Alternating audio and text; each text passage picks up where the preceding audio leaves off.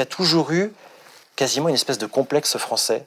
Un complexe français à croire que la France n'est pas assez grande, qu'elle ne peut pas être autonome, qu'on n'a pas une industrie assez forte, une agriculture assez forte, et que finalement, dans ce nouveau monde qui se dessine, un monde fait de grands ensembles, de grands empires, la France toute seule ne peut pas y arriver. Et ça, profondément, c'était une idée qui exaspérait Olivier. On sent que Macron, c'est plus que Macron, plus qu'un individu. Bien sûr. C'est tout ce qu'il n'aime pas, en fait, dans la politique. Macron, c'est une magnifique construction archétypale de la dérive de nos élites depuis 30 ans, 40 ans, 50 ans. On pourrait même aller plus loin. Justement, malheureusement, sa disparition fait qu'on a beaucoup moins de visibilité sur les suites qui sont données à cette affaire. Il avait été entendu dès 2019 par l'Office anticorruption à la demande du parquet de Paris. On sait ensuite, toujours fin 2019, que l'affaire a été transmise au parquet national financier. Depuis, Olivier avait réalisé de multiples relances. Théoriquement, des poursuites peuvent encore avoir lieu à l'encontre du président de la République. L'idée, c'était effectivement de limiter, encore une fois, les conflits d'intérêts qui ont présidé, on l'a vu pendant la commission d'enquête Alstom. Et puis, il y avait, d'une manière générale, alors ça, c'est, je crois, 4 ou 5 jours avant sa disparition, on avait regardé les récentes déclarations d'Emmanuel Macron sur comment dirais-je, la modification de la doctrine de la dissuasion nucléaire française, puisqu'Emmanuel Macron a dit qu'il allait faire des annonces au début d'année 2026 pour, on va dire, des modifications, des inflexions au sein de cette doctrine nucléaire. Donc il avait l'ambition aussi de déposer une proposition de loi constitutionnelle pour rappeler dans la Constitution le caractère inaliénable de la dissuasion nucléaire française. Vous savez bien qu'il y a eu beaucoup de rumeurs autour de la mort d'Olivier Marleix. Quel regard vous portez sur tout ce qui s'est dit à ce moment-là? Je crois que la famille n'a pas souhaité s'exprimer. On n'avait pas l'intention de faire la police des pensées. Je crois qu'Olivier a toujours été sensible à la liberté d'expression, qui fait toujours l'objet de menaces, et on le voit en ce moment.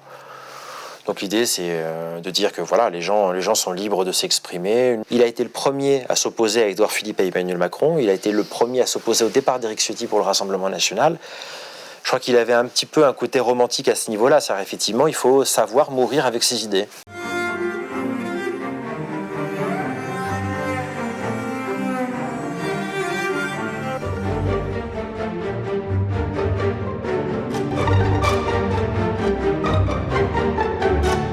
Bonsoir à tous. La mort d'Olivier Marleix, survenue le 7 juillet 2025, a foudroyé sa famille, ses soutiens et la France entière. Ancien président du groupe parlementaire Les Républicains, député d'Eure-et-Loir, figure respectée de tous à l'Assemblée, il avait reçu le prix Anticor en 2020 pour sa mission à la tête de la commission d'enquête sur la vente d'Alstom. Une distinction exceptionnelle pour un homme de droite, avait-il plaisanté lorsque je l'avais reçu sur l'antenne de QG un an plus tard. Déjà auteur d'un livre réquisitoire sur le macronisme, Les liquidateurs, il en achevait un nouveau lorsque la mort l'a emporté. Ce livre, Dissolution française, a paru le mois dernier aux éditions Robert Laffont. Son frère Romain Marleix a accepté de venir sur notre antenne afin de faire vivre sa mémoire et de faire connaître les combats qui étaient les siens. Merci à vous, Romain. Merci, Ola. Merci d'être avec nous. Je vous en prie, écoutez. Et je précise que vous êtes collaborateur au Sénat. Exactement, voilà. Du même groupe que votre Les frère. Républicains, voilà, absolument. Le texte dont on va parler aujourd'hui, Dissolution française, il était prêt à 99%, ainsi que le montrent des échanges écrits entre le directeur éditorial de Robert Laffont, Thierry Billard, et votre frère. C'est donc cette version-là que nous avons sous les yeux, un texte intact? Très exactement. La dernière version a été envoyée par Olivier le samedi soir, donc le 5 juillet, donc à peu près 24 heures avant sa disparition. Et les éditions Robert Laffont m'ont contacté quelques jours après. Ils m'ont donc dit que le livre était effectivement totalement achevé. Je vous avoue qu'à l'époque, on n'avait pas du tout la tête à ça. Et donc, on s'est posé la question de savoir est-ce qu'on devait ou pas sortir le livre. Et la réponse a été tout naturellement oui. Et ensuite, s'est posé la question de savoir est-ce qu'on le gardait dans son entièreté. La réflexion s'est posée, mais pas pour des raisons idéologiques, simplement plutôt pour des raisons de détail, par exemple de la vie privée ou autre. Et finalement, on a décidé de le garder tel quel. Ça aurait été, je crois, assez malvenu vis-à-vis de mon frère de changer ses paroles. Donc on a simplement corrigé des toutes petites coquilles, comme tout le monde, des répétitions. Donc le livre que les Français vont pouvoir lire est très exactement celui qu'il a écrit. Voilà. Alors les chiffres de vente à peine sortis se sont envolés. Je crois que nous sommes autour de 50 000 déjà à l'heure où on se parle. Il y a une dizaine de jours, l'imprimeur avait réimprimé plus de 40 000 exemplaires, donc au moins 50 000 exemplaires déjà imprimés, avec des chiffres de vente qui sont excellents. Donc voilà, je crois que toute la famille est très heureuse. Je crois que c'est vraiment le plus bel hommage qu'on pouvait lui rendre. Et je crois, voilà, ça leur a énormément touché. Et en tout cas, je crois que pour toute la famille, c'est aussi une manière de célébrer sa mémoire et finalement de mettre en relief la sincérité de son engagement, qui était un petit peu l'objet du livre. Voilà. Alors effectivement, l'émotion a été immense cet été en France, à l'annonce de la mort de votre frère, sur les réseaux sociaux, notamment, où votre frère était très aimé, notamment à cause de son combat face à Emmanuel Macron, un président peu populaire dans les classes du même nom. Il est tout à fait exceptionnel qu'un député de cette importance se suicide en plein mandat, et pas n'importe quel député. Il avait une réputation d'incorruptibilité. Il avait ciblé Macron. Il l'avait envoyé Macron en justice, puisqu'il avait, on va y revenir plus longuement, mais il avait saisi le parquet contre le président de la République. Exactement. Un geste très très fort. Quel bilan vous tirez de ce moment, de tout ce que vous avez lu et vu circuler à ce moment-là cet été? En réalité, une grande fierté d'avoir eu un frère qui a placé l'intérêt national au-dessus de tout et au-dessus de sa propre carrière. Donc je crois que c'est vraiment le mot qui revient et sur lequel on doit s'arrêter. Et les milliers de témoignages qu'on a reçus, que ce soit, parce que notre famille est originaire du Cantal, donc dans le Cantal, à Paris, en Eure-et-Loire, ça a été vraiment de nature un peu à nous réconforter dans ce moment-là. Voilà. Alors, je le rappelais, Olivier Merleix a fait preuve d'un courage exemplaire en accusant le président de la République en fonction de pacte de corruption. Il avait répété ces mots-là chez nous lorsqu'il est venu chez QG exactement il y a 4 ans. Et il avait saisi le parquet de Paris en 2019 à ce sujet. Alors, évidemment, on se pose tous la question, où en est-on? Est-ce que la plainte a été classée? Est-ce que ça continue? Il a été entendu. Alors oui, théoriquement, ça continue. Alors justement, malheureusement, sa disparition fait qu'on a beaucoup moins de visibilité sur les suites qui sont données à cette affaire. Il avait été entendu dès 2019 par l'Office anticorruption à la demande du parquet de Paris. On sait ensuite, toujours fin 2019, que l'affaire a été transmise au parquet national financier. Depuis, Olivier avait réalisé de multiples relances pour savoir exactement où en était l'affaire. Ce qu'on sait, c'est ce que nous avait dit Olivier entre quatre yeux, c'était que probablement une partie de l'enquête avait été classée et une autre partie avait été élargie. Mais on n'a pas plus d'informations que ça à l'heure actuelle. Mais ce qui est certain, c'est que aujourd'hui, l'enquête peut continuer. Voilà. Et donc, théoriquement, des poursuites peuvent encore avoir lieu à l'encontre du président de la République. La dernière fois que vous en avez parlé avec votre frère ou que quelqu'un en a parlé avec votre frère, c'était à quel moment en fait? Je pense, à mon avis, soit fin d'année dernière, soit au début de cette année, en disant que voilà, il avait négligemment relancé le parquet pour savoir où c'en était. Il le disait avec un peu un regard amusé en disant voilà, faut pas lâcher l'affaire. Et donc il l'avait fait à la suite de la chute je pense du gouvernement de Michel Barnier, donc après le 3 décembre dernier. Voilà. Alors effectivement, dans le livre, il ironise sur la lenteur du parquet dans cette affaire. Il l'avait fait également chez nous déjà il y a 4 ans. Votre frère a été le seul à pointer le fait que Macron avait, par sa signature, à l'époque il était seulement, si je puis dire, ministre de l'économie, autorisé le passage sous pavillon étranger de 4 grandes entreprises du CAC 40. Et surtout, il avait pointé le fait, je le rappelle pour ceux qui nous écoutent, parce que tout le monde n'a pas le détail de cette affaire, dont les grands médias ne parlent quasiment jamais. Effectivement. Il avait pointé des résonances entre les bénéficiaires des centaines de millions d'euros qui ont été déversés sur tout un petit milieu parisien. Entre 500 et 600 millions d'euros, rien que pour Alstom. Rien que pour Alstom. Voilà, donc vraiment le deal. Le fameux ruissellement dont parlait Olivier. Oui. Voilà. Le deal de la décennie, et même à mon avis beaucoup plus que ça. Et donc des coïncidences entre la liste de ces bénéficiaires et les donateurs de la future campagne présidentielle d'Emmanuel Macron. Donc je vous pose évidemment la question, est-ce que c'est une affaire qui demeure potentiellement très inquiétante pour Emmanuel Macron et pour son avenir judiciaire, puisqu'on voit maintenant que même des présidents de la République peuvent être inquiétés très sérieusement. Alors tant qu'il est président de la République, effectivement, il n'y aura pas de difficulté, mais très probablement qu'on peut imaginer qu'il y aura des développements encore à cette enquête, à cette affaire judiciaire, lorsqu'il quittera la présidence de la République. Ce qui est certain, c'est que durant la commission d'enquête qui avait été lancée en 2018, donc sur Alstom, mais en réalité sur la stratégie de l'État en matière industrielle, puisqu'il y avait également le cas de Technip, de Lafarge, d'Alcatel, de STX, qui sont à chaque fois des cas différents, mais qui peuvent se ressembler sur bien des points, on peut revenir dessus plus tard. Effectivement, il avait pointé du doigt, on va dire, une certaine concomitance à la faveur des Macron Leaks entre les personnes qui étaient les grands donateurs de la campagne électorale, alors évidemment dans la limite des plafonds légaux, à savoir 7 500 €, si je ne dis pas de bêtises, pour les partis politiques et 4 500 € dans les campagnes. Ce qui veut dire que vous pouviez donner, on fait rapidement le calcul, ça fait 12 000 € par personne, donc 24 000 par foyer.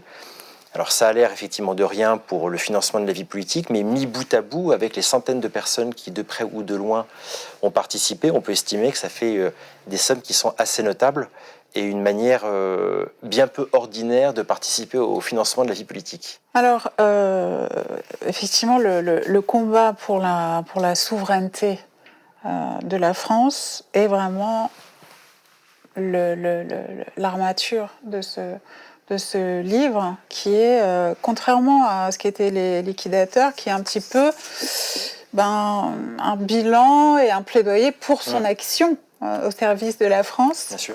Et notamment son action lorsqu'il était à l'Assemblée nationale. Je crois que ce livre, c'est pour témoigner de la sincérité de son engagement. C'est une sorte de caméra embarquée dans la vie politique française. Vous voyez les relations entre les présidents de groupes parlementaires, avec le gouvernement, les organisations syndicales, avec les journalistes. Donc on pourrait dire que c'est un peu les chroniques de la fin du macronisme depuis 2022. Et puis au-delà de ces chroniques, vous avez des portraits et puis vous avez des retours en arrière, et notamment des retours en arrière sur la commission d'enquête. Et même si c'est peut-être pas le livre aussi technique que l'a été Les Liquidateurs, qui pour le coup était vraiment une enquête, et donc tous les gens qui s'intéressent à la question de la souveraineté, je les invite aussi à se procurer Les Liquidateurs.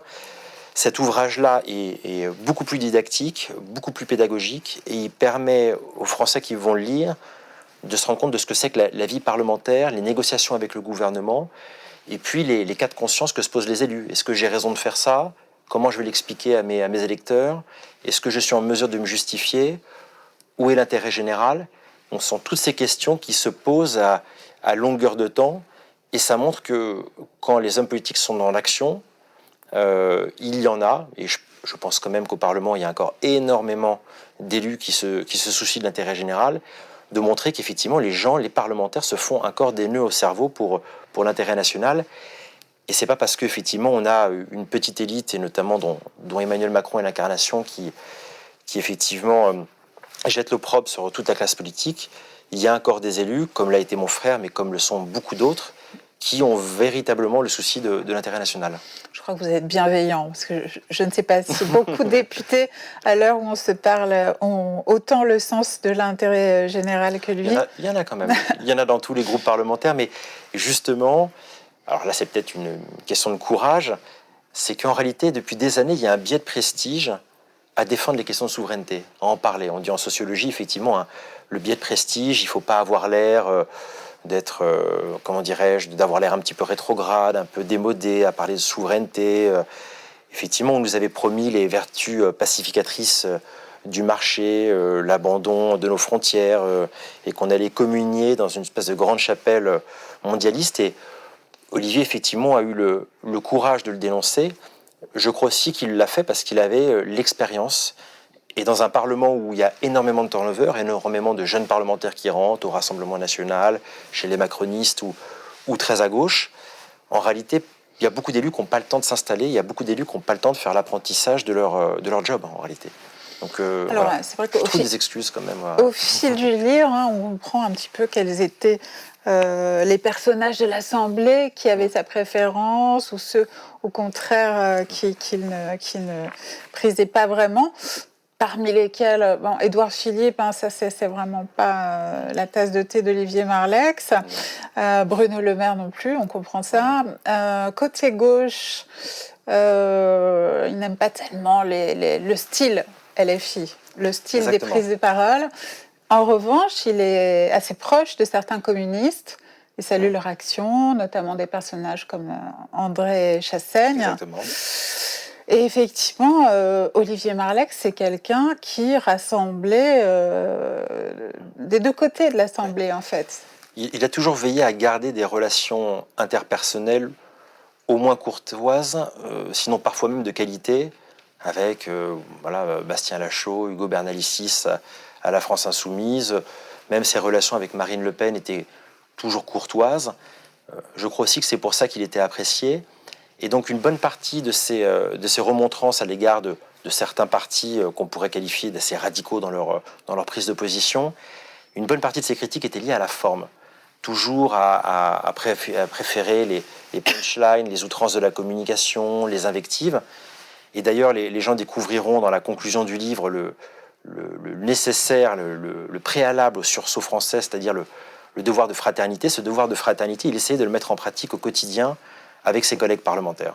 Alors, effectivement, il y a un personnage qui jette une ombre sur tout le livre, c'est le personnage du président de la République, Emmanuel Macron, qu'il n'attaque pas en tant que personne, Bien sûr. mais dont il juge très durement l'action lors de ses 2 mandats, et notamment sa stratégie de radicalisation et de fracturation du pays, notamment du bloc populaire, qui assure, et ce sont les mots d'Olivier Marleix, qui peuvent être étonnants d'ailleurs sous la plume d'un homme de droite, qui assure, dit-il, au bloc bourgeois de contrôler le pays et de bloquer durablement le pays.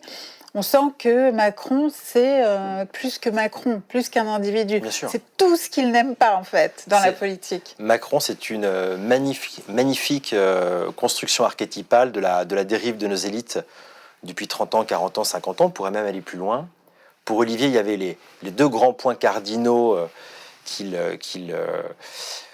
lesquels il voulait absolument critiquer Emmanuel Macron. C'était d'abord ce qu'il appelait le coup d'État technocratique, c'est-à-dire ces hauts fonctionnaires qui, et là je reprends ces mots, qui ont fait ENA option de droite quand la droite est au pouvoir, ENA option de gauche quand la gauche est au pouvoir, et qui vont rentrer dans les partis politiques, qui effectivement ont une certaine aisance technique, et qui vont finir par s'imposer dans les partis politiques, qui vont finir par corseter idéologiquement ces partis, et qui vont faire en sorte qu'il n'y ait plus d'alternative dans les politiques publiques possibles.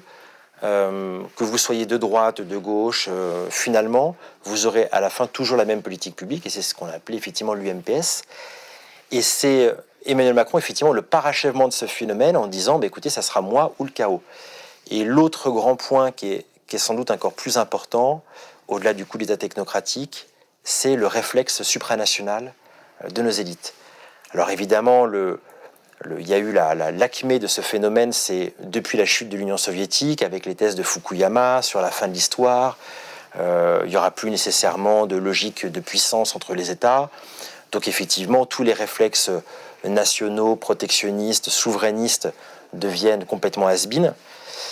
Et en réalité, cette tentation supranationale, elle est beaucoup plus ancienne que ça. Et Olivier en parlait régulièrement. Le général de Gaulle l'a trouvé lorsqu'il est arrivé au pouvoir en 1958. On pourrait même dire que cette tentation supranationale, elle existait durant l'entre-deux-guerres, dans les négociations avant le traité de Munich entre le gouvernement Daladier et le gouvernement de Chamberlain, avec Daladier qui voulait absolument suivre doctement ce que Chamberlain lui disait de faire. Donc il y a toujours eu quasiment une espèce de complexe français. Un complexe français à croire que la France n'est pas assez grande, qu'elle ne peut pas être autonome, qu'on n'a pas une industrie assez forte, une agriculture assez forte, et que finalement, dans ce nouveau monde qui se dessine, un monde fait de grands ensembles, de grands empires, la France toute seule ne peut pas y arriver. Et ça, profondément, c'était une idée qui exaspérait Olivier. Et donc Emmanuel Macron, pour lui, c'est vraiment la conjugaison de ces deux phénomènes. En réalité, pour lui, Emmanuel Macron, il était interchangeable. Il n'y avait pas d'animosité personnelle contre lui. Et puis même par rapport à l'héritage intellectuel que donnera Emmanuel Macron, on sait ce qu'il est, effectivement, un disciple de Paul Ricoeur. Bon, c'est pas une très très grande révolution intellectuelle. Voilà. Donc ça, je crois que Olivier l'avait rapidement compris. Et c'est pour ça que dès 2017, Olivier est l'un des premiers parlementaires, ils sont 7, je crois, chez les Républicains, à ne pas voter la confiance au gouvernement d'Édouard Philippe. Donc je crois que très très rapidement, il avait compris une certaine imposture qu'il y avait derrière le personnage d'Emmanuel Macron. Voilà. D'ailleurs, ce dernier le lui rendait bien, finalement, puisque dans le livre, on apprend qu'il a bloqué, empêché son entrée au gouvernement, qui eût été possible, parce que je crois que Olivier Marleix était assez proche de Michel Barnier. Bien sûr. Beaucoup de gens s'interrogeaient sur la préface de Michel Barnier, puisque Olivier incarnait une ligne très souverainiste, alors que Michel Barnier, les gens le voient comme effectivement un européiste. Voilà. En réalité, il y avait déjà des convergences humaines. Et je crois qu'Olivier appréciait la manière qu'avait Michel Barnier de faire de la politique, lui qui disait toujours le chacun est nécessaire, ce qui est très exactement l'opposé d'Emmanuel Macron avec ces gens qui ne sont rien. Donc au-delà parfois des divergences idéologiques, notamment sur la question européenne, je crois qu'Olivier aimait bien la manière de faire de la politique et de s'adresser aux Français de Michel Barnier, qui était une manière de respecter les Français, ce qui est un préalable un peu indispensable quand on veut faire de la politique. Et c'est vrai qu'à rebours de Macron, on sent dans ce livre une vraie fibre populaire d'Olivier Marleix, quand il parle des Gilets jaunes, par exemple, avec une certaine tendresse. Exactement. Quand il parle des ZFE aussi, bien sûr. Un combat qu'il évoque dans le livre. Et il invite certains éditorialistes du Figaro, notamment de son camp, à venir avec lui faire ses courses au Leclerc d'Annette pour voir l'état du pays. Oui. Pour lui, il avait vraiment cette idée qu'un mouvement politique, dans une démocratie saine, ça doit être un mouvement interclassiste. Et on ne peut pas avoir un parti politique qui représente d'un côté les bourgeois, de l'autre côté les classes populaires. Pour lui, c'était vraiment un signe de déliquescence démocratique. Et c'était extrêmement inquiétant. Et c'est pour ça que vous parlez de bloc bourgeois. Il était inquiet d'avoir l'impression qu'Emmanuel Macron, finalement, c'était la fédération des bourgeois libéraux et des bourgeois conservateurs. Et ça l'inquiétait énormément. Et c'est ce qui, en plus, engendre une fragmentation des oppositions entre la gauche un petit peu radicale autour de Jean-Luc Mélenchon et puis la droite plus radicale autour de Marine Le Pen. Et pour lui, c'était nécessairement une impasse politique. Voilà. Donc vraiment, il insistait toujours là-dessus. Un parti politique doit être interclassiste et doit être capable de parler, comme l'était évidemment le RPF du général de Gaulle, doit parler à tous les Français. Alors, il dépeint l'échec moral et politique d'Emmanuel Macron dans ce livre, mais aussi son échec économique, bien sûr, qui est à ses yeux absolument criant. Et à plusieurs reprises dans Dissolution française, il exprime sa stupéfaction devant la dissolution de l'été 2024. Il en parle même comme, l'expression est forte, comme un des plus grands mystères politiques de la Ve République. Et finalement, l'hypothèse qu'il semble privilégier, Olivier Marleix, c'est le fait que Emmanuel Macron a voulu dissimuler un dérapage colossal des comptes publics, qu'il a voulu refiler la patate chaude au RN, que par une espèce de lâcheté politique, il a refusé de s'expliquer avec les Français sur ce qu'il avait fait de leur argent depuis 2017. Est-ce que ça vous semble juste? Est-ce que vous avez pu en parler avec lui? Alors, on n'avait pas parlé de ça précisément, mais en tout cas, il faut se souvenir qu'on est sans doute autour du 31 mai, 1er juillet. Vous avez Standard & Poor's qui va baisser la note de la France. Bruno Le Maire dira ce jour-là qu'on passe de 18 sur 20 à 17 sur 20. Donc, visiblement, il était très content de lui-même quand même. Donc, effectivement, c'est une vraie possibilité de dissimuler derrière une dissolution et derrière un phénomène politique majeur une crise économique quand même très inquiétante, parce qu'effectivement il y a la baisse de la note, mais il y a également la dissimulation du déficit public, dissimulation sur laquelle d'ailleurs va enquêter le rapporteur général de la Commission des finances, Jean-François Husson, au Sénat, encore il y a quelques mois. Donc en réalité, on voit bien que à ce moment-là, il y a la volonté de détourner l'attention. Après, est-ce qu'il y avait d'autres raisons? Peut-être la naïveté de penser que la gauche allait repartir divisée aux élections législatives en 2024. Je crois que certaines personnes avaient conseillé ou prévenu Emmanuel Macron que c'était une possibilité. Ça ne sera pas le cas.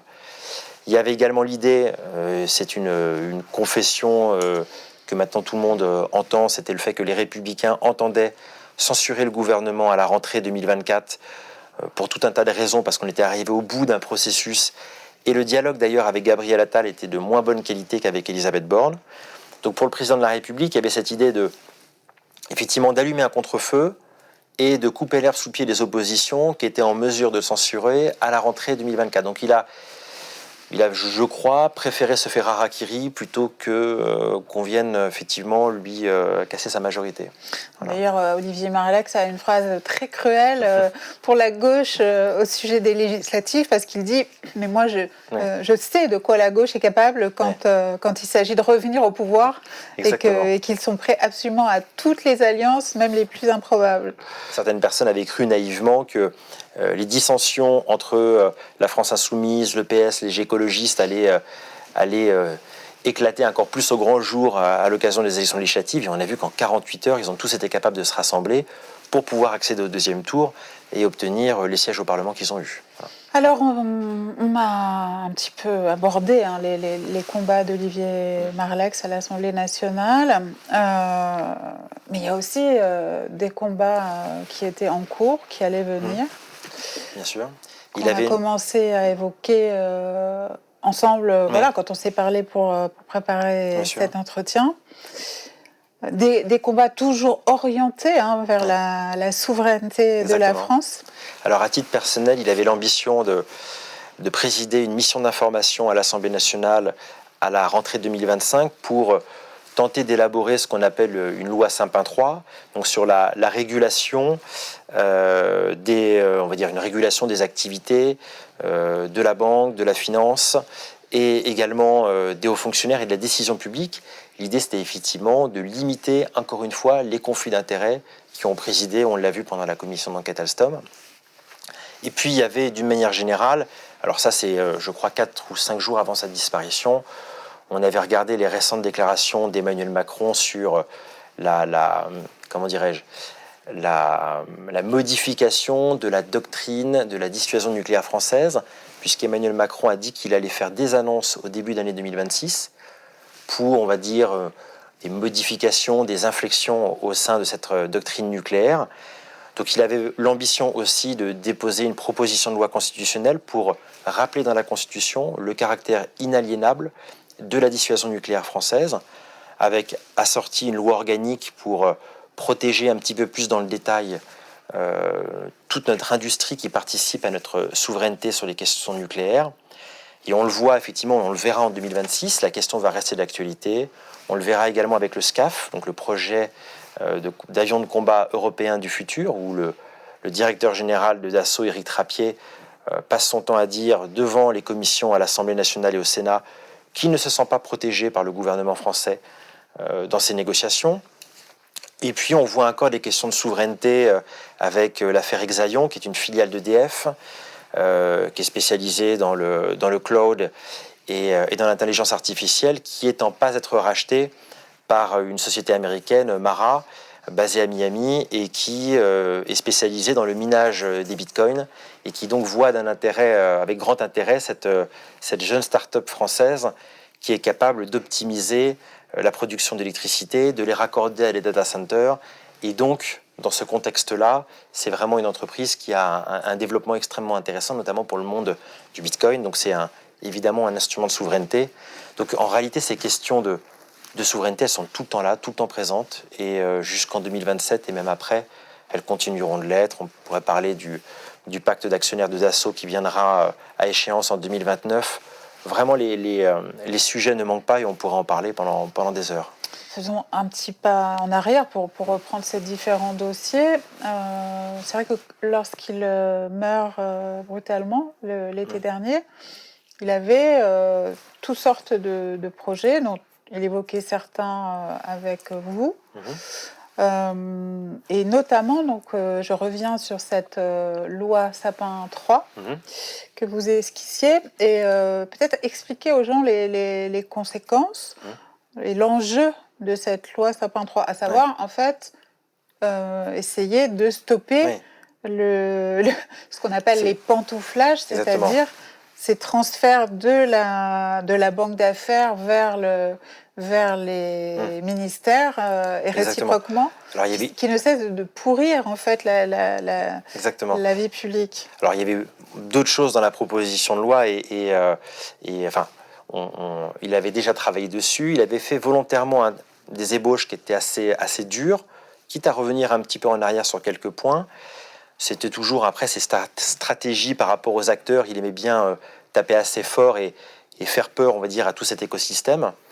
En l'occurrence, vous parliez des pantouflages, c'est cette pratique qui consiste en ce que des hauts fonctionnaires, de manière très simple, vendent leur carnet d'adresse dans le privé. Et ça, on l'a vu à de multiples reprises. Il y a M. Cirelli, qui était haut fonctionnaire et qui est maintenant le président de la branche européenne de BlackRock. On l'a vu également avec David Azema, qui était le patron de l'Agence des participations de l'État, au moment justement de l'enquête de l'affaire Alstom, et qui a rejoint Bank of America Merrill Lynch dans la foulée. Et puis, on pourrait également parler des pantouflages à la Direction générale du Trésor, au CIRI, le comité interministériel à la restructuration industrielle, où vous avez de nombreux responsables qui vont ensuite travailler dans le privé, notamment dans la banque.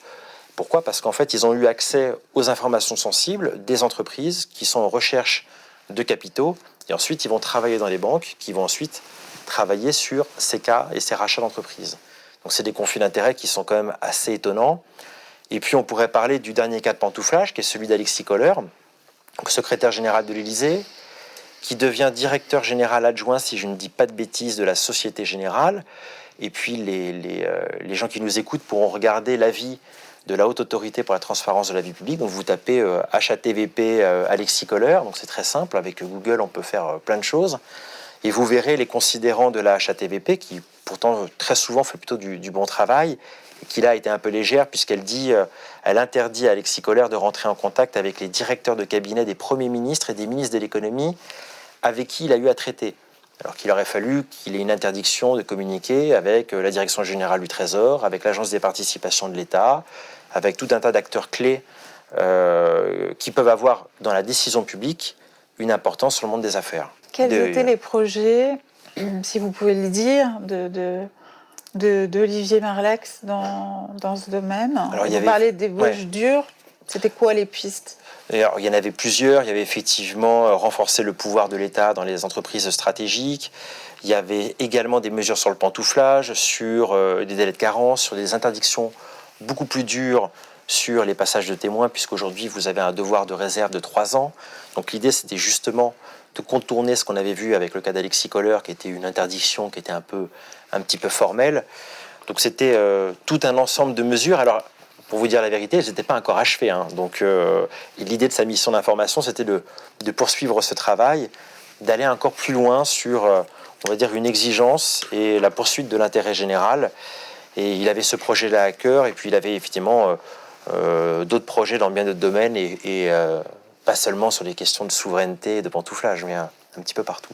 Voilà. Et ces projets vont être poursuivis par quelqu'un dans votre camp? Qu'est-ce qui va se passer?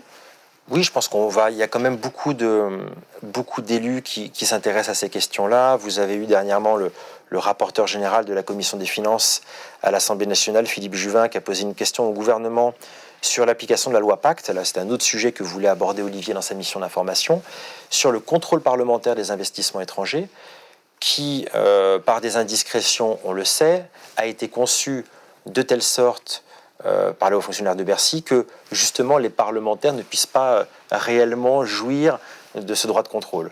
Voilà, donc en fait ils ne peuvent intervenir que s'il y a la signature du ministre. Il y a tout un tas de garde-fous qui en fait limitent le pouvoir de contrôle des parlementaires, notamment l'idée d'une saisine conjointe, enfin des petites arguties de procédure qui ne vont pas faciliter le travail de contrôle du Parlement, qui est pourtant une de ses prérogatives au titre de l'article 24 de la Constitution, voilà, qu'il faut respecter. Je crois qu'Olivier avait à cœur à chaque fois de faire en sorte que le travail du Parlement soit respecté. Donc voilà, petit à petit, je crois que les missions d'Olivier vont être reprises ici ou là par d'autres parlementaires. Je n'ai pas de doute là-dessus. En tout cas, vous l'espérez. Ça, c'est sûr, voilà. Vous parlez d'Alexis Kohler. On se pose la question, est-ce que Alexis Kohler a été entendu au moment de la commission d'enquête sur Alstom? Non, il n'a pas été entendu. Alors ça, c'était une des stratégies d'Olivier au moment de la commission d'enquête sur Alstom, donc qui date de 2018. Les commissions d'enquête sont extrêmement encadrées par le règlement de l'Assemblée nationale et par le règlement du Sénat. Vous n'avez que 6 mois pour mener vos investigations et jouir de ces prérogatives, notamment le contrôle sur pièce et sur place, qui vous permet, par exemple, de débarquer à la Direction générale du Trésor et d'exiger la mise à disposition de documents confidentiels. Donc effectivement, il était assez dur sur sa ligne. Mais il ne voulait pas, comment dirais-je, sa stratégie, c'était de circonscrire les responsabilités de chacun dans cette affaire. Donc il a voulu, dans le cadre de la commission d'enquête, interroger toutes les personnes qui, de près ou de loin, avaient été concernées par l'affaire, que ce soit des hauts fonctionnaires, donc David Azema, le patron à l'époque de l'Agence des participations de l'État. Il y avait également les organisations syndicales qui avaient été mises au courant de l'affaire, Arnaud Montebourg évidemment, et donc tout un tas d'acteurs qui ont participé à ces ventes. Et les deux seules personnes qui n'a délibérément pas entendu, c'est Emmanuel Macron, qui n'avait pas le droit d'entendre, du fait de ses fonctions de président de la République, et Alexis Kohler. Alors pourquoi est-ce qu'il l'a fait? C'est pas parce qu'il aurait reçu des pressions, même si effectivement il a plutôt reçu des pressions amicales pour l'enjoindre à ne pas interroger Alexis Kohler. La vraie raison, c'est parce qu'il voulait que tout le monde se défausse sur les absents. Donc tout le monde a dit c'est pas moi, j'étais pas au courant. David Azema a dit ah non, mais effectivement il y a une étude d'Até Carnet qui a été commandée dès 2012, donc une étude qui disait que il fallait trouver un repreneur à Alstom potentiellement, et étude dont on découvrira plus tard qu'elle a été commandée par un des collaborateurs du président de la République. Et donc à l'issue de cette commission d'enquête, Olivier Marleix disait on a la conviction que cette étude d'Até Carnet a été commandée par Emmanuel Macron. Donc en réalité, l'idée c'était d'entendre tout le monde et d'entendre tout le monde se défausser sur les deux seules personnes dans l'affaire qui n'avaient pas été étendues, c'est-à-dire Alexis Kohler et le président de la République Emmanuel Macron. Voilà. Alors à propos d'Alstom, je suis obligée de vous poser cette question parce qu'il y a eu en juin 2024 une intervention d'un député d'opposition du Rassemblement national, et pas n'importe qui, Jean-Philippe Tanguy, particulièrement impressionnante, en pleine assemblée. Celui-ci est allé jusqu'à dire, en plein hémicycle, je cite ses paroles, « Peut-être qu'un jour, le parquet national financier pourra enfin établir si Emmanuel Macron a été un agent des États-Unis pour vendre Alstom. Peut-être qu'un jour le parquet national financier pourra établir si oui ou non M. Macron a été un agent des États-Unis pour vendre Alstom, a été un agent pour l'équiger Technip et l'affaire. Peut-être qu'on le saura. Je sais aussi qu'est-ce que ça peut faire, et mon collègue Thomas Ménager est là derrière moi, c'est lui qui m'a récupéré, qu'un soir vous quittez le travail, puis vous êtes pris dans une rue sombre, vous êtes agressé au couteau, vous êtes mis à terre, quelqu'un qui parle anglais vous enfonce sa lame dans la paupière en vous disant que si vous allez voir la police, il va vous tuer. Et voilà, ça vous fait rire? C'est ce qui m'est arrivé. Et tout ça, c'est peu ce qui peut arriver à d'autres lanceurs d'alerte qui ont eu beaucoup plus de courage que moi. Jean-Philippe Tanguy est évidemment un connaisseur de l'affaire Alstom. Il a lui-même, au titre de l'article 40, lancé une procédure contre Macron, notamment toujours en rapport avec ce soupçon qu'il a exprimé de façon très brutale d'accointance entre Macron et les intérêts américains. Qu'est-ce que vous pensez de cette thèse? C'est un petit peu différent de ce qu'Olivier évoquait, puisqu'Olivier évoquait un pacte de corruption, donc un lien entre les personnes qui ont bénéficié de la vente et ceux ensuite qui ont financé la campagne d'Emmanuel Macron. Oui, là, le sujet effectivement, une question de financement de comme on l'évoquait, campagne. Voilà, ça a été transmis au parquet national financier. Apparemment, ça pourrait être élargi dans un sens et un petit peu circonscrit sur un autre domaine. On n'a pas d'informations, malgré les multiples relances d'Olivier. Sur le sujet dont parle Jean-Philippe Tanguy, dont je n'ai pas connaissance précise, mais sur le lien entre États-Unis et ses ventes à la découpe d'entreprises stratégiques, on a eu deux cas. On a eu effectivement le cas d'Alstom et on a eu dans la foulée le cas de Technip, qui, pareil, a reçu une procédure de lutte anticorruption par le département de justice. Donc on est vraiment sur des grands archétypes. Ces fusions, absorptions d'entreprises françaises suivent le même schéma, c'est-à-dire une entreprise stratégique française dont la vente a été signée par Emmanuel Macron à une entreprise étrangère, avec souvent, même systématiquement, un fiasco capitalistique, économique et social. On le voit avec les turbines Arabelle rachetées depuis lors par Emmanuel Macron. On le voit avec Nokia, puisqu'on a racheté les câbles sous-marins à la fin de l'année dernière en novembre pour 100 millions d'euros. On a vu également le désastre avec... Une gabegie financière. Voilà. On l'a vu avec Technip et Lafarge qui passent complètement sous contrôle étranger. Sous Lafarge, on pensait que l'entreprise allait rester... qu'il y avait un pacte d'actionnaires qui était relativement stable, moitié-moitié entre les Français et étrangers. Puis on se rend compte que finalement, les actionnaires, enfin Holcim, l'entreprise qui a racheté Lafarge, finalement devient majoritaire. Le siège social vient en Suisse. Donc honnêtement, on perd toute crédibilité et toute souveraineté dans ces questions-là. Donc c'est vraiment un schéma archétypal qui se reproduit toujours de la même manière.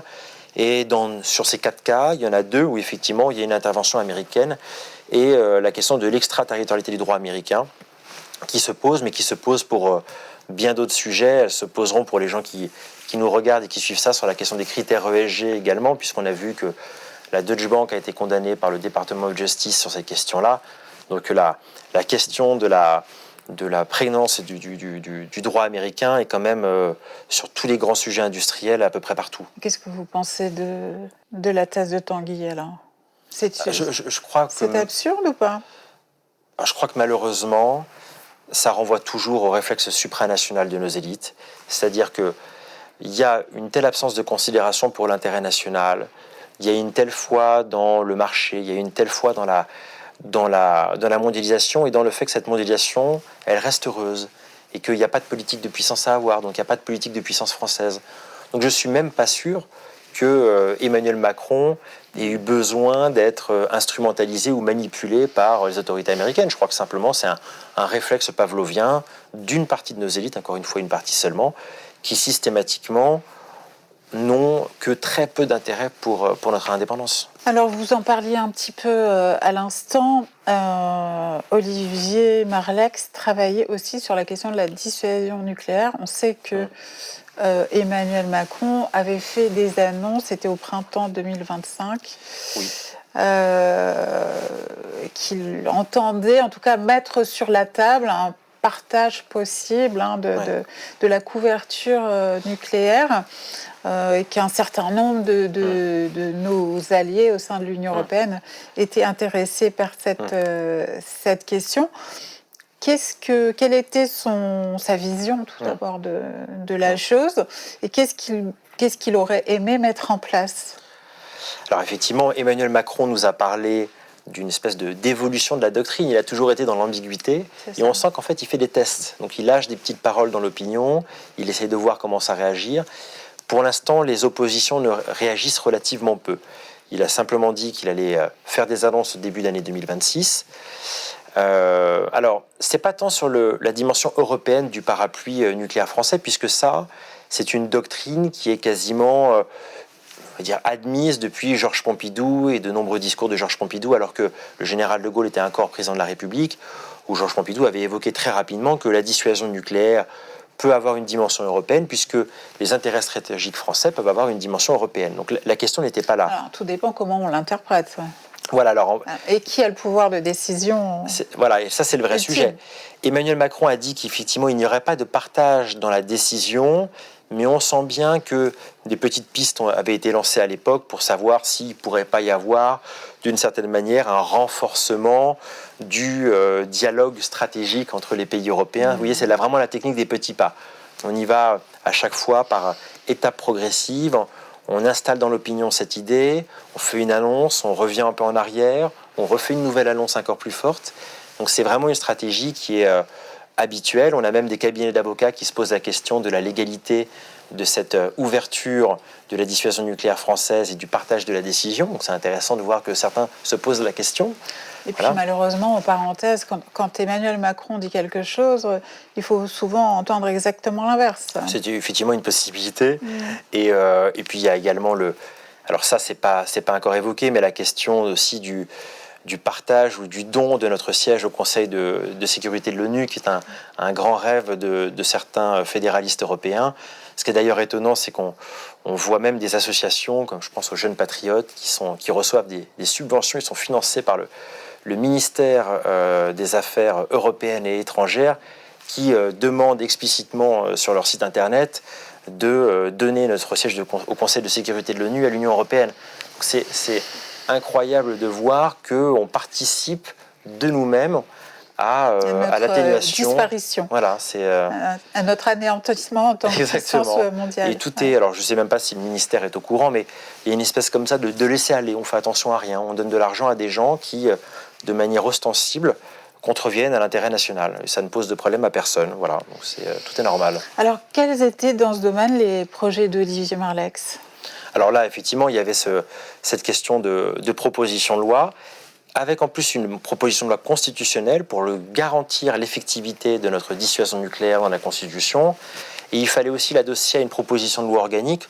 On va dire les lois organiques, pour les gens qui nous regardent, c'est un peu les décrets d'application de la Constitution, afin que cet caractère inaliénable de la dissuasion nucléaire française puisse également trouver un écho chez toutes les personnes morales, qu'elles soient publiques ou privées, qui participent à cette dissuasion nucléaire.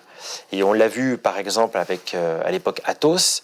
Aujourd'hui, on n'est pas nécessairement armé pour défendre cette souveraineté au niveau de notre dissuasion nucléaire. Alors un autre gros sujet que vous avez esquissé tout à l'heure, c'est ce qui va se passer en 2029 avec le pacte d'actionnaires de Dassault, qui va connaître de grandes transformations, avec une vente potentielle aura lieu avec toutes ces conséquences.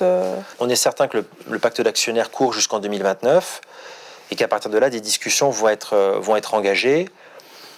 Officiellement, c'est un peu circulé, il n'y a rien à voir. Officieusement, vous avez beaucoup de gens qui disent qu'ils ont un doute sur le fait qu'il n'y aura pas une vente à terme et qu'il n'est pas impossible que la famille Dassault, qui détient encore 51% de la holding Dassault, ne soit pas vendeuse et que peut-être que EADS, dont la société mère, la holding, est située aux Pays-Bas, puisse être intéressée par le rachat, en sachant que EADS n'est pas une entreprise franco-française. Ça n'aura échappé à personne. Alors votre frère, on l'a pas rappelé au cours de cet entretien, il est très singulier à droite puisqu'il a voté non à Maastricht et il a voté non au TCE en 2005. Oui. Ce qui fait que vraiment il coche absolument toutes les cases du parcours souverainiste idéal. Et on peut vraiment le voir à cet égard comme un des derniers gaullistes véritables du pays. En réalité, il y en a d'autres. Il y en a même beaucoup d'autres. Mais simplement, ils ont un petit peu tendance à se cacher. Donc, je crois que le message de Et ce pourquoi livre... se cache-t-il? Mais là, c'est le biais de prestige. Il y a une espèce de souverainisme un peu honteux dans ce pays et dans tous les partis politiques. Honteux, non rémunérateur. Ah bah, politiquement, C'est ça. Ça n'a jamais été C'est ce que vous voulez rémunérateur dire. sur le plan politique. Donc, non, je crois que la parenthèse et la fin de la parenthèse Macron et la fin, effectivement, de ce système-là va permettre de délier les langues et va permettre à beaucoup de gens de se rendre compte qu'on peut clairement afficher des convictions un petit peu plus souverainistes, au moins d'avoir un arsenal législatif qui soit, et réglementaire, plus important pour défendre notre intérêt. Et évidemment, cette question de la souveraineté, elle passe aussi par beaucoup d'autres sujets, la question aussi des comptes publics. Il y a tout un ensemble d'efforts, de redressement aussi à faire pour retrouver notre souveraineté. Et effectivement, il y a un peu un côté ingrat quand on défend la souveraineté. C'est plus facile de dire que le libre marché va tout réguler, qu'on va être très heureux ainsi, que les accords de libre-échange sont nécessairement des accords de libre-échange qui sont favorables à l'activité économique en France. Il y a tout un tas de grands tabous comme ça, et ces tabous sont en train de se lever, et on le voit, on l'a vu il n'y a pas longtemps, effectivement, au Sénat, avec la question du Mercosur, où clairement les parlementaires s'opposent à la ratification du traité, de la même manière qu'ils s'étaient mobilisés sur le CETA. Donc, il ne faut pas croire qu'Olivier était un cas isolé, simplement il était un peu la figure de proue. Mais je vous assure qu'il y a quand même beaucoup de parlementaires... Il donnait quand même le sentiment d'un grand isolement. En termes de ligne politique, je parle. Alors, je crois que tout simplement parce que déjà ceux qui sont au pouvoir, et notamment dans la Macronie, ils étaient évidemment en opposition radicale avec la ligne qu'incarnait Olivier, donc ça c'est la première chose. Et deuxièmement, c'est parce que je crois que la droite française et aussi la gauche ont un petit peu de tendance parfois à se caricaturer, chacun sur ses grands totems. On va parler des sujets de société. La droite va dénoncer la montée du wokisme et va parler sans cesse d'immigration. Et la gauche va se caricaturer également avec ses grands totems habituels. Donc tout le monde est dans l'invective, tout le monde est dans sa propre caricature. Et finalement, on ne parle jamais des sujets importants. Mais vous prenez effectivement beaucoup de parlementaires, y compris par exemple du Parti Socialiste, que ce soit Boris Vallaud avec qui Olivier avait de bonnes relations. Vous prenez le député Fabrice Brun. Il y a quand même beaucoup de parlementaires, du PS au Rassemblement National, à la France Insoumise et évidemment aux Républicains, qui travaillent et qui ont quand même un petit peu plus de fond et qui sont parfaitement conscients de la situation. Donc il ne faut pas désespérer. Non, je ne veux pas vous obliger à défendre votre groupe ici, mais c'est vrai que Olivier Marleix a été remplacé par Laurent Wauquiez, donc à la tête du groupe Les Républicains. Je pense que la droite y a beaucoup perdu, justement parce qu'il est beaucoup plus focalisé sur les questions d'immigration et sociétales, etc., que ne l'était Olivier Marleix, bien sûr. C'est pas du tout le même chef de groupe. Non, mais alors après, effectivement, Olivier avait décidé de placer cette question-là au cœur de son combat politique, parce que pour lui, c'était aussi une manière de parler à tous les Français. Ça parle effectivement aux gens qui se soucient de l'indépendance nationale, aux gens qui se soucient de l'industrie, ça parle aux classes populaires, ça parle aux ouvriers, ça parle à tout le monde, ça parle à tous les sous-traitants, ça parle aux gens qui bossent dans les services, puisque si on veut avoir une industrie de services efficace, il faut également avoir une industrie importante. Donc je crois qu'il avait considéré que ce combat-là était prioritaire, et après, chaque président de groupe fait de sa priorité d'autres sujets. Par rapport au Rassemblement national, il faisait partie des Républicains qui rappelaient que c'était un parti qui avait été fondé par 2 personnes qui avaient porté l'uniforme de la Waffen-SS et qu'on ne pouvait pas dealer normalement avec ce parti. Donc comment aurait-il vécu, de votre point de vue, bien sûr, l'union des droites, la convergence des droites en train d'avoir lieu? Alors là, c'est très simple, c'est que Olivier était un gaulliste avant tout. Ça veut dire qu'il était pour l'indépendance nationale, qui est l'alpha et l'oméga du gaullisme. Donc sur le plan politique, pour lui, la dissolution, que ça soit dans le macronisme ou dans le parti de Marine Le Pen, est impensable. Parce qu'à partir de ce moment-là, on ne sera que, on va dire, un marchepied, un faire-valoir, soit du macronisme, soit de Marine Le Pen. C'est pour ça qu'il a été le premier à s'opposer à Édouard Philippe et Emmanuel Macron. Il a été le premier à s'opposer au départ d'Éric Ciotti pour le Rassemblement national. Je crois qu'il avait un petit peu un côté romantique à ce niveau-là. C'est-à-dire, effectivement, il faut savoir mourir avec ses idées. Voilà. Donc, je ne sais pas si c'est très encourageant, mais en tout cas, c'était clairement sa conviction. En termes de personnalité, ce qui frappait beaucoup chez lui, que ce soit dans ses interventions publiques à l'Assemblée nationale ou dans ses interventions dans les médias, en tout cas quand il est venu chez nous, c'est un mélange de grande courtoisie, de grande douceur et de grande combativité, deux qualités qui sont rarement associées, parce qu'il était à la fois très mesuré dans ses expressions et très incisif aussi. On a pu le constater. Macron a pu le constater à ses dépens. Qu'est-ce qui, selon vous, dans son éducation, dans l'éducation que vous avez reçue, lui a permis d'être à la fois comme ça, très, très combatif et jamais dans l'outrance? Je crois qu'il y a une pudeur. Il y a souvent dans les excès un petit côté ridicule, et on en parlait souvent sur les tweets et les punchlines des uns et des autres. Voilà, il trouvait qu'il y avait une infantilisation de l'Assemblée nationale, énormément d'outrances, d'invectives, chacun se répond avec des tweets. Vous n'avez pas voté notre amendement pour protéger les retraités, vous n'avez pas... Tout ça était quand même assez ridicule. Et donc, Olivier vraiment voulait, ne serait-ce que par dignité vis-à-vis de ses électeurs, ne pas rentrer dans ces espèces de jeux complètement infantilisants. Et surtout, il se disait que la réserve qu'il avait sur la forme, son éducation, le fait d'entretenir des rapports courtois avec les gens, de ne jamais faire d'attaque personnelle, y compris contre Emmanuel Macron. Il n'a jamais personnellement attaqué le président de la République. Simplement, il a attaqué le responsable politique. Justement, on va dire l'espèce de retenue qu'il pouvait avoir sur la forme lui permettait d'être beaucoup plus dur sur le fond et donner aussi beaucoup plus de poids à ses critiques. Votre majorité aurait gagné, je crois, à s'offrir une séance d'introspection sur le thème que celui qui n'a jamais péché lui jette la première pierre.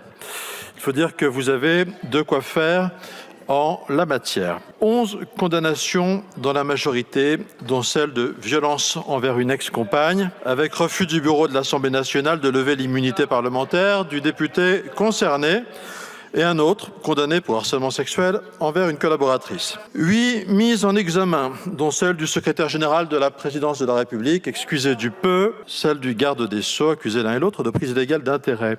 Est-ce que ce n'est pas ça qui le rendait particulièrement dangereux pour le pouvoir? Parce que quand on connaît très bien ces dossiers, qu'on est très précis et très pondéré dans son expression, on est redoutable. Et parce qu'il incarnait une idée de sérieux et un certain rigorisme, je crois que ses paroles, quoique pondérées, étaient toujours perçues comme assez fortes. Voilà, c'était pas sa stratégie de communication, parce qu'il n'en avait pas, mais je crois qu'il avait abandonné l'idée d'être un franc-tireur ou une espèce de machine à punchline. Je crois qu'il avait compris que c'était pas son truc. Il voulait pas tomber là-dedans. Il voulait rester dans une certaine retenue. Et je crois que c'est ce qui lui donnait sa force, effectivement, de montrer qu'on peut travailler sur des sujets sérieux, on peut être audible sans forcément tomber dans la facilité des outrances, des invectives. Voilà. Et je crois que jusqu'à sa disparition, il est toujours resté fidèle à cette ligne. Voilà.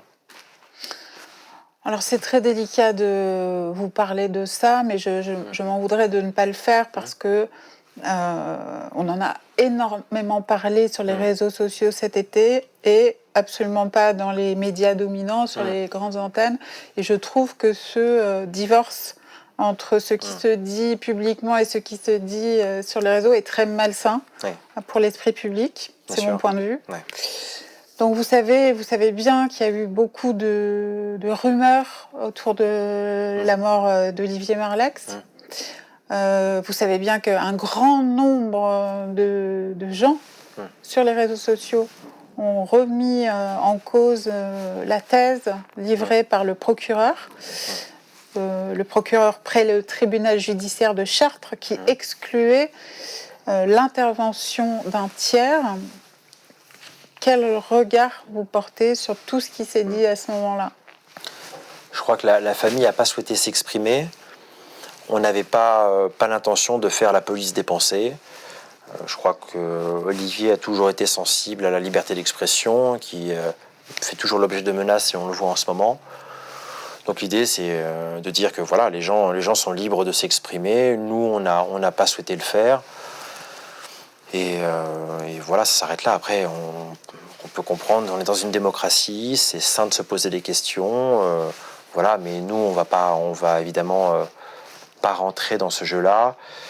Je crois surtout qu'Olivier était très inquiet de ce décalage entre un peu un monde des médias officiels et puis un monde, entre guillemets, de la dissidence. Pour lui, on ne pouvait pas continuer ainsi, avec une espèce de monde un peu orwellien vers lequel on se dirige. Et effectivement, il était parfois un peu ironique sur les complotistes, mais il était aussi ironique sur les anticomplotistes et ceux qui se croient autorisés à parler au nom du camp du bien et du camp de la raison. Et comme on le disait souvent avec Olivier, ce qui différencie les complotistes des fact-checkers, c'est pas l'intelligence, mais plutôt les aspirations sociales. Voilà. Donc on veut pas parler de ça, et voilà. Il est vrai que lorsque c'est toute la thèse d'un livre comme Les Chuchoteurs sur l'Union soviétique, quand il y a un tel divorce entre ce qui peut se dire publiquement et ce qui se dit quotidiennement, c'est qu'une société est peut-être en train de basculer du mauvais côté. Exactement, voilà. C'est vrai qu'il y a quand même à peu près 4 semaines d'écart entre la mort de votre frère Olivier Marleix et celle d'Éric Dénessé, qui était un autre grand lanceur d'alerte d'Alstom, ce qui a évidemment nourri beaucoup les rumeurs dont on parlait à l'instant. Qu'est-ce que ça vous inspire ? Les gens ont le droit de se poser des questions, et voilà, c'est sain, et donc on n'en veut à personne, et chacun... Voilà, que les gens se fassent leur opinion, mais nous, évidemment, voilà, on n'a jamais souhaité communiquer. On ne communique que sur le livre, le message politique d'Olivier, son combat pour la souveraineté, pour l'indépendance nationale. Et je crois que c'est vraiment ce qu'il y a de plus important, plutôt que de rentrer dans des détails qui ne sont pas, honnêtement, qu'on n'a pas spécialement envie de voir exposés voilà, sur la scène publique.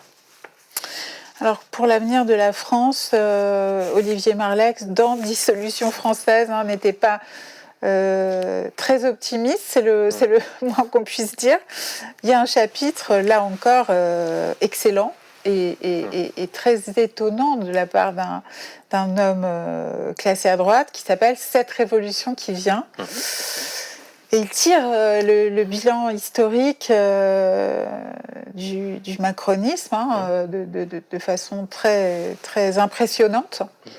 Et il annonce que nous pourrions bien être en 1788. Il compare d'ailleurs, c'est amusant, Michel Barnier à Necker. Voilà, donc je ne sais pas si Emmanuel Macron connaîtra le même sort. En tout cas, Emmanuel Macron va sûrement être sauvé par le gong, puisqu'on se rapproche quand même maintenant de la présidentielle. Est-ce que c'est quelque chose sur lequel vous échangiez avec lui ? Est-ce que vous partagez cette vision ? Pour lui, la crise actuelle, on n'était toujours pas arrivé à l'acmé de la crise politique qui était devant nous. Et la dissolution, c'était simplement une étape de plus vers ce qu'il considérait être comme étant effectivement un phénomène quasi révolutionnaire. En tout cas, tous les indices sont là.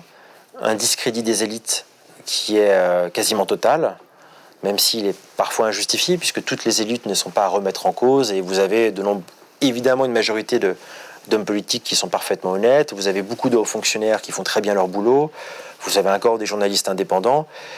Mais il était effectivement très inquiet par ce discrédit des élites que Emmanuel Macron a renforcé. Il était ensuite effectivement très inquiet par les jacqueries fiscales. La question des gilets jaunes en était une. Et puis on peut parler des ZFE, du ZAN et de toutes ces mesures-là. Donc il était très inquiet par ça. Donc quand vous mettez discrédit des élites, ras-le-bol fiscal, avec une société qui est complètement atomisée, fragmentée, les difficultés qu'on connaît sur la cellule familiale. Voilà, on sent bien il y a à la fois un sujet sur l'avenir de notre régime politique et même plus encore de profondes inquiétudes sur le modèle social qu'on va donner à nos enfants. Je crois que ça l'inquiétait énormément. Voilà, mais en tout cas, le livre finit sur une note d'espoir, contrairement aux apparences, sur le devoir de fraternité, qui est la condition est nécessaire et indispensable au redressement de notre pays. Les combats de votre frère, on l'a compris, hein, vous cherchez à les faire vivre, à les porter plus loin.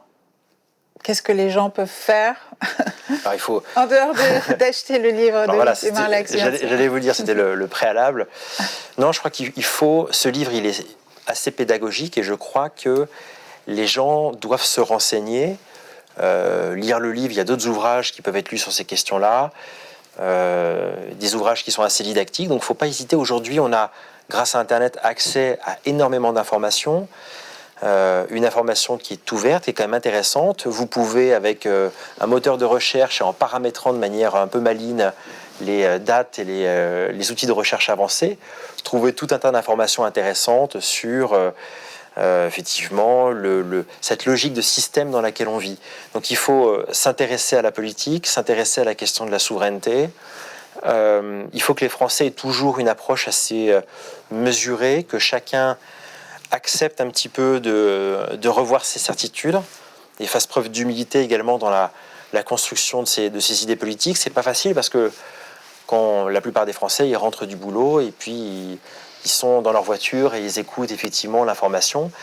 Ça demande un effort intellectuel très important qu'on sort de son bureau, qu'on sort de son usine ou qu'on sort d'un champ pour un agriculteur, de se dire je vais m'intéresser à la chose publique et investir ce champ-là. Et pourtant, il faut que chacun le fasse un petit peu dans son domaine de compétence et d'expertise. Vous venez, vous l'avez dit tout à l'heure, votre famille d'un département agricole, du Cantal. Exactement. Quel regard vous portez sur ce qui est en train de se passer dans ce monde soumis à rude épreuve depuis des années? Et qu'est-ce que vous pensez de la gestion actuelle de la question par l'Élysée? Il y a deux sujets. En réalité, il y a la question des accords de libre-échange. Il y avait eu le CETA il y a quelques années qui est déjà en application et maintenant le Mercosur. Donc il y a une énorme inquiétude du monde agricole qui est tout à fait légitime parce que c'est très difficile de mesurer quel sera l'impact pour l'élevage français des importations qui viendront du Mercosur. C'est extrêmement difficile de le quantifier. Et puis ensuite, vous avez la DNC qui est une maladie qui se transmet. Et donc avec effectivement une campagne de vaccination et malheureusement une campagne d'abattage. Ce qui est certain, c'est que au-delà de la stratégie, parce que je ne suis pas moi-même vétérinaire, donc je ne vais pas argumenter sur le bien fondé de la stratégie vaccinale et d'abattage en ce moment mis en place par l'exécutif, mais ce dont je suis certain, c'est que les images des forces de l'ordre dans les exploitations agricoles sont vraiment absolument terribles. Et je crois que on pourrait envisager de le faire autrement et je crois que c'est un manque de respect vis-à-vis des éleveurs qui évidemment veulent défendre leurs bêtes, qui d'ailleurs très souvent ne sont pas impropres à la consommation et qui n'ont pas envie de voir des années et des années de leur travail réduits à néant. Donc je crois que ces images elles sont très choquantes et elles témoignent de la fracture qu'il y a entre les pouvoirs publics et le peuple sur beaucoup de questions, l'incapacité à dialoguer. Voilà. Et à trouver ensemble des solutions, ce qui semble ne plus être le cas malheureusement. Merci beaucoup, Romain Marlex, d'être venu parler de dissolution française et des combats de votre frère. Dissolution française, la fin du macronisme aux éditions Robert Laffont. Évidemment, je recommande vivement ce livre. Nous avions eu la chance de recevoir ici ce grand monsieur, Olivier Marlex, et cette disparition nous a profondément touchés dans l'équipe de QG. Voilà. Merci pour l'invitation et comme je vous l'ai précisé, vous aurez à mon avis de nombreuses reprises l'occasion de parler de ces combats. Voilà. Merci, à bientôt. Et je remercie tous ceux qui ont réalisé cette émission aujourd'hui. Notre réalisateur Quentin Moreno, notre ingénieur du son Marc Nouiriga.